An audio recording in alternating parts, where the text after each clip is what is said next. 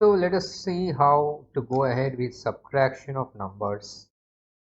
So we'll take the example of a decimal number first because it is the most familiar one, and we try to understand how the process of subtraction happens. So you know that there is a concept of borrow involved in subtraction when you are trying to subtract a larger digit from a smaller digit. However, in this particular lecture video, we will only concentrate on subtracting a smaller number from a larger number.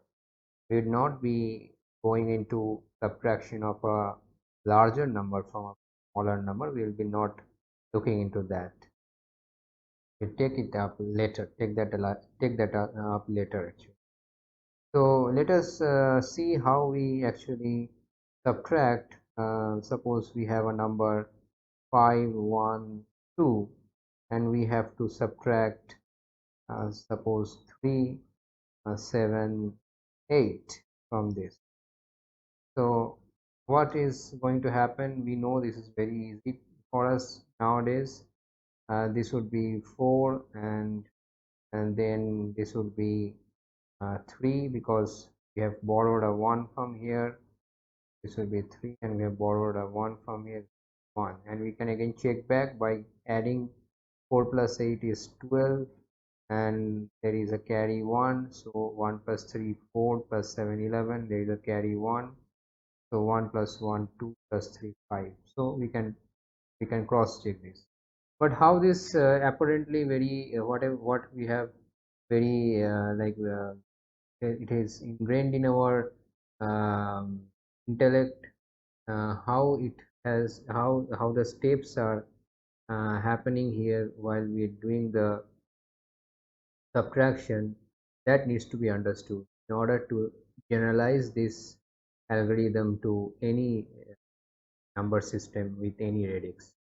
So what is happening here, since we are having this 8 is greater than 2, so we are taking a carry, we are taking a borrow from this position. We are taking 1 as borrow from this position, and we are thinking that this 1 gets like simply sits ahead of this 2 and it makes it 12, right? Similarly, we suppose that we are taking a 1 from this 5 which makes it 4, and since there was so this 1 taken away from here, it had become 0, so this one now comes with this 0 and becomes 10, like 1 0, and we can we subtract 7 from 1 0.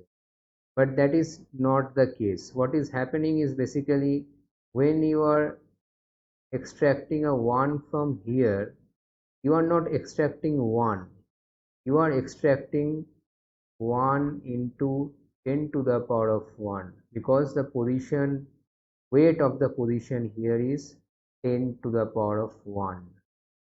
So that is why you are actually taking not 1 but you are taking 10, and with that 10 you are adding this 2 to make it 12 in value. This is becoming 12 in value, and from that you are subtracting the quantity 8. From quantity 12 you are subtracting quantity 8. How this 12 comes, I hope you are now getting it a bit clear now, how this 12 comes. So when you are doing the same thing here, you are taking you think that you are taking 1, but you are actually taking 10, and since it was already 0, so you are left with only 10 as the quantity, and you subtract 7 from. So in the same manner, if you are actually suppose suppose now one more thing I would show you here. Suppose you are subtracting from 502, then we needed to take 1 from this position, but there is nothing here, so we have to take that 1 from here first. So this becomes 4, and here we get 10, because we have taken 1 from here, but we are not taking 1 basically. This is what conventionally we are used to say. We are taking 10 from here. We are taking the radix. So we are taking, we are decreasing this by 1. That means we are taking a quantity equal to the radix of the number system. So we are taking 10 here, and now from this 10 we are taking 1 again, and that makes it 10 here, but this 10 now becomes 9. Okay, and this becomes 12. So 12 minus 8 is 4, and then you have 9 here. 7 minus 9 is 9 minus 7 is 2 and 1, and you can cross check by adding these two up. 4 plus 8 is 12, 1 is carry, 1 plus 2 is 3, plus 7 is 10, 0, 1 is carry, 1 plus 1 is 2, plus 3, 5, 5.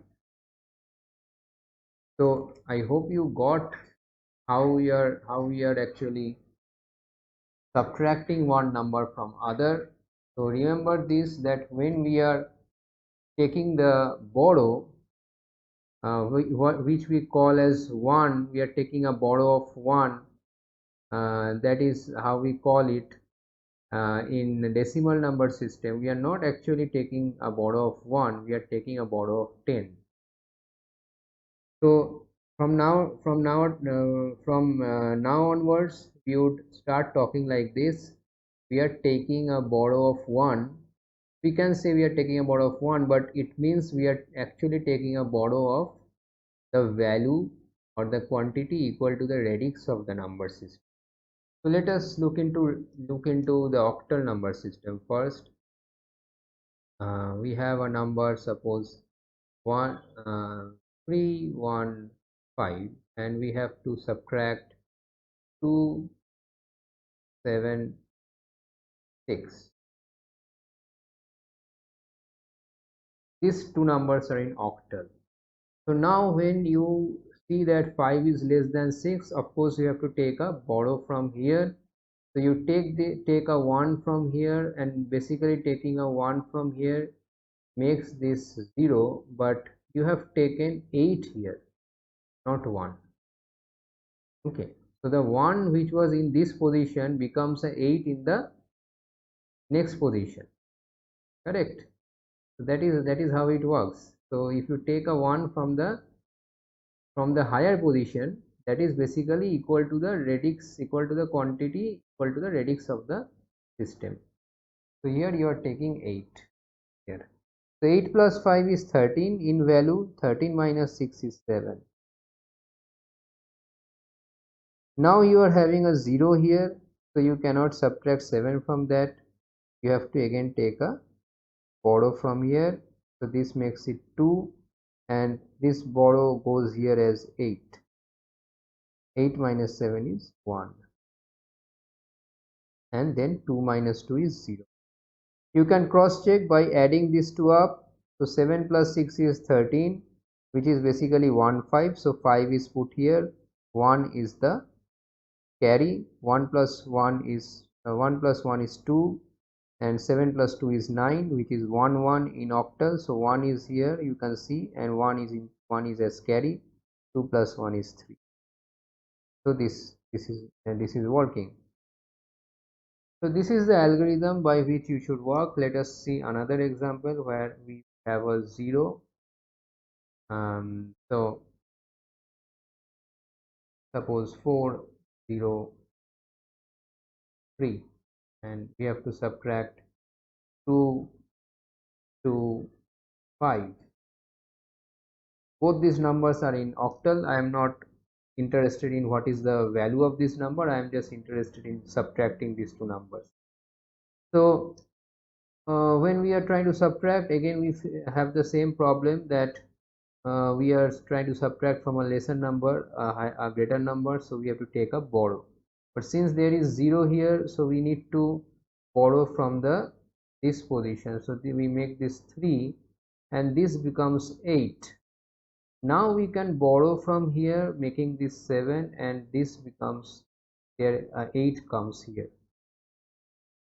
8 plus 3, so 8 plus 3 becomes 11, and we can now subtract 5 from 11, which is 6.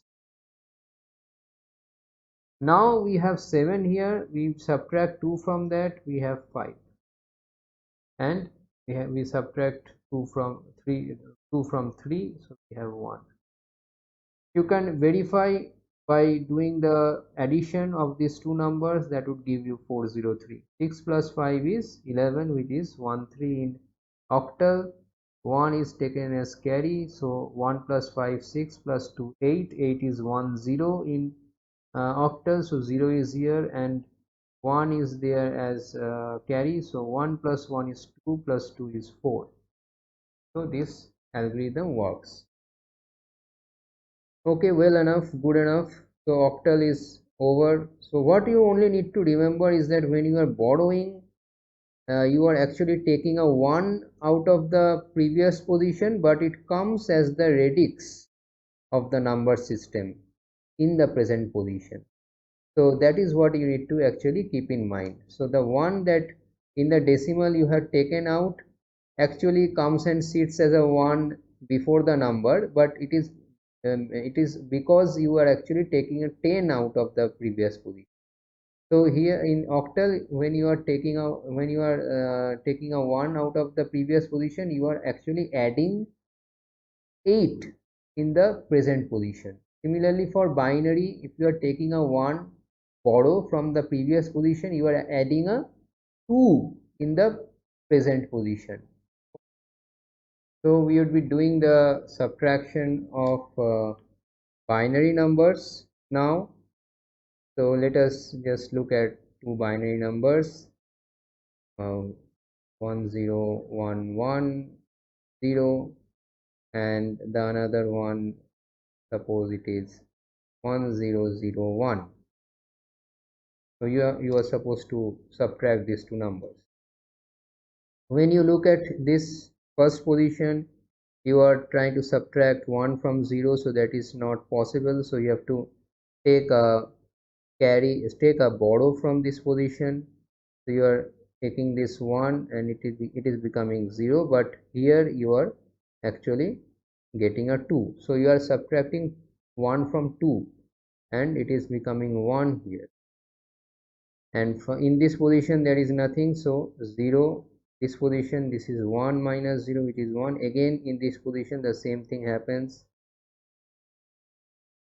so having a 1 here. Now you can cross check by adding these two numbers up. So 1 plus 1 is 0 and 1 is in carry, so this 1 is added to 0 0, so only 1.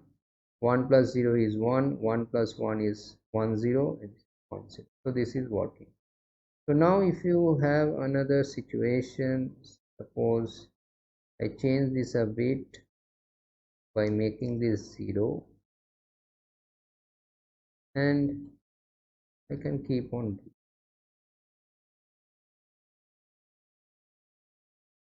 So 1. So it looks a bit more complicated. Now what is happening here? So you cannot take a borrow from here.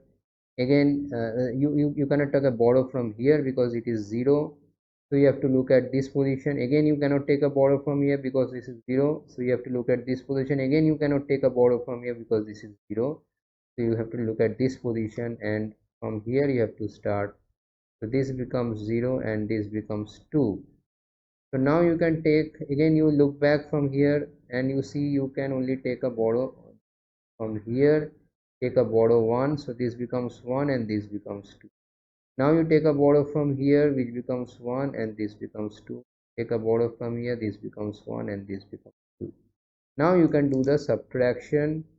So the subtraction will be 2 minus 1, which is 1, and then here you see 1 1, then 1 minus 1 is 0.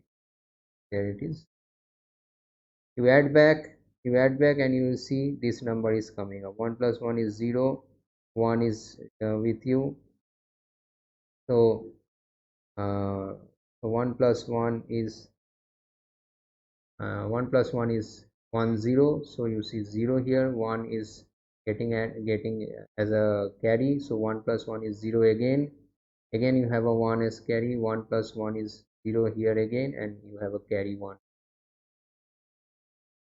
So I hope this is understood how we are taking borrow from the previous position, and if you don't have a borrow, then don't have anything to borrow from there, we go to the previous position, and in this way sequentially we try to go ahead and ahead until we get at a position from where we can take a borrow. So when we take the borrow, we are taking a borrow of 2 actually. Then from this 2 a 1 is taken out, so it becomes 1, and then the position where you are taking the borrow, it becomes 2, and then again from this position again I took a borrow of 1, and the next position becomes 2. Again from here I take a borrow of 1, and the next position becomes 2, and in this way now I am ready to subtract the number. So this is about subtraction of binary number. In the same way, for hexadecimal number also you will be able to do the subtraction. So let us look at two numbers, f2 f1 2, and another number maybe can take let us take 8 here, 2 here, and 1 here. So 8, when we are trying to subtract from 2, you can't do that, so you have to take a borrow from here, making this 0. But now you are taking a borrow means you are actually adding 16, because 16 is the radix of hexadecimal. So 16 plus 2 is basically 18, minus 8 is 10. 10 in hexadecimal is a. Now you look here, so 0 minus 2 you cannot do it, so from f you have to take a borrow, making this e, and when you are taking a borrow this becomes 16. 16 minus 2 is 14. 14 in hex is basically 14 in hex is basically e. Now in the next one you can do this, because you can subtract 1 from e, making it d, and you have nothing here, so I'll just play with you a bit here. So let us have it as 1.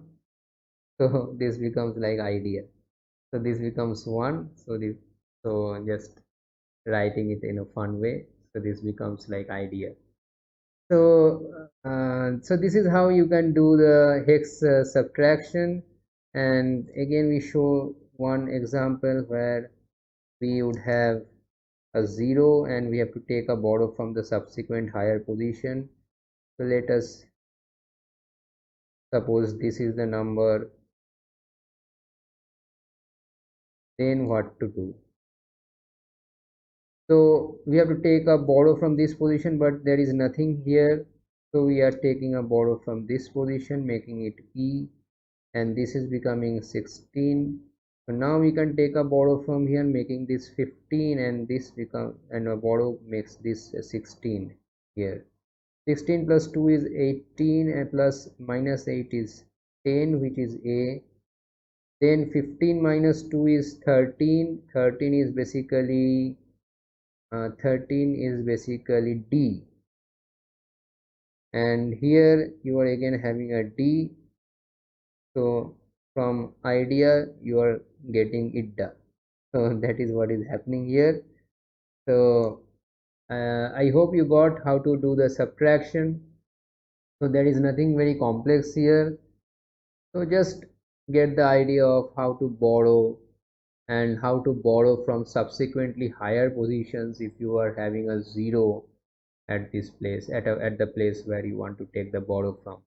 So if you have a 0 like this, if you have a 0, then you have to take a borrow from the subsequently higher position, and then take a borrow.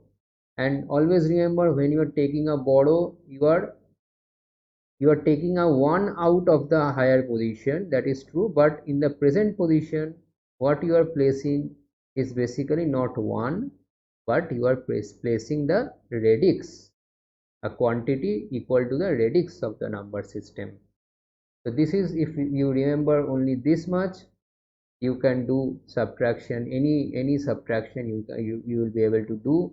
When you are subtracting from a higher quantity, you are subtracting a lower quantity, so that type of subtraction you will be able to do. So with this I end my lecture here. So in the next lecture we will take up division. Thank you for your attention.